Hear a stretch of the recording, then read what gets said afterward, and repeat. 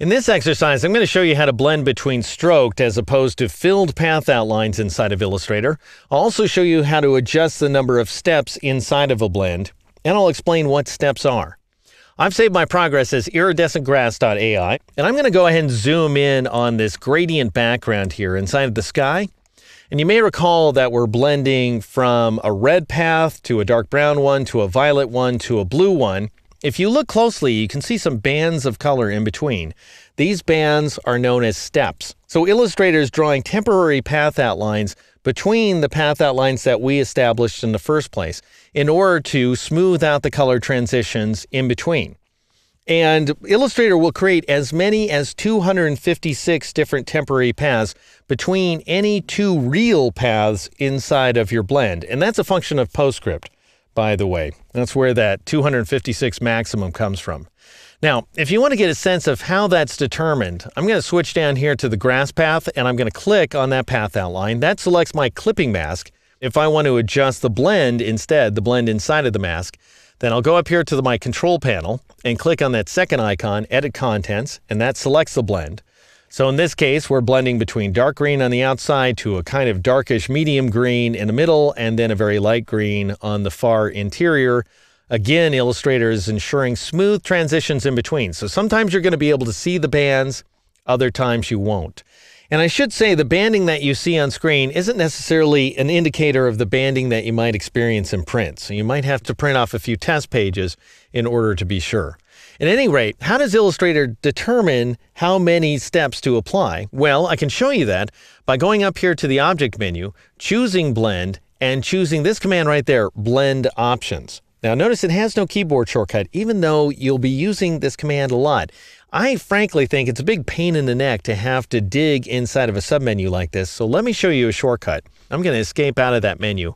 Another way to get to the Blending Options dialog box, which is what you get when you choose that command, is to go down here to the Blend tool and double-click on it. And that will bring up Blending Options. And notice that spacing right here is set to smooth color. And what that does is it ensures the smoothest color transitions possible.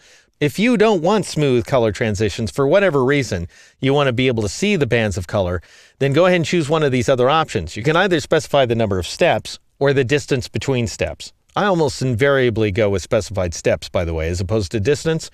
I'll go ahead and choose that command. Illustrator's telling me. I went with 76. That's what seemed right to me. This is Illustrator talking. If you want to go with a different value, be my guest. Make sure preview is turned on, and then I'll try out something like 12. And once I enter a value of 12, I can clearly see the bands of color in between. If you can't quite see them in the video, I'll take them down even lower. I'll take that number down to 6. So we have 6 steps. That is 6 virtual path outlines in between each one of our real path outlines. And we end up getting this terrific banding effect right there, which you may or may not want, depending on the effect you're going for. I don't want it, so I'll click Cancel. All right, so why in the world did I show you that? Well, let me show you. I'll switch to the black arrow tool, and I'm going to scroll up to this area on the left wing that's associated with the bat right there. And notice that we have a couple of extreme path outlines here that represent the wrinkles inside of the bat wings. I don't know what those folds are called. But anyway, I want to create a few more in between.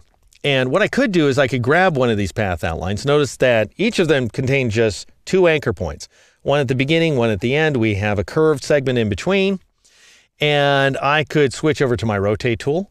And I could do this number where I click to set the transformation origin, and then I drag a little bit like so, and I press the Alt or Option key in order to create a clone, and then I press Control D or Command D on the Mac a couple of times in order to duplicate that effect, but it's not reconciling properly at all. It should be going in toward this top fold right there, and it's not. So Illustrator's not scaling the path outlines. I could do that in a separate step if I wanted to, but that's pretty static, working this way that is. It's not very flexible.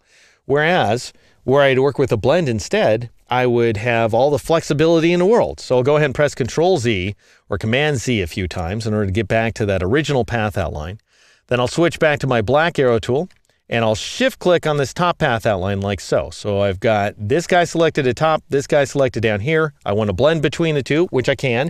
Even though they're open path outlines, no fills, and just strokes, you can still blend between them.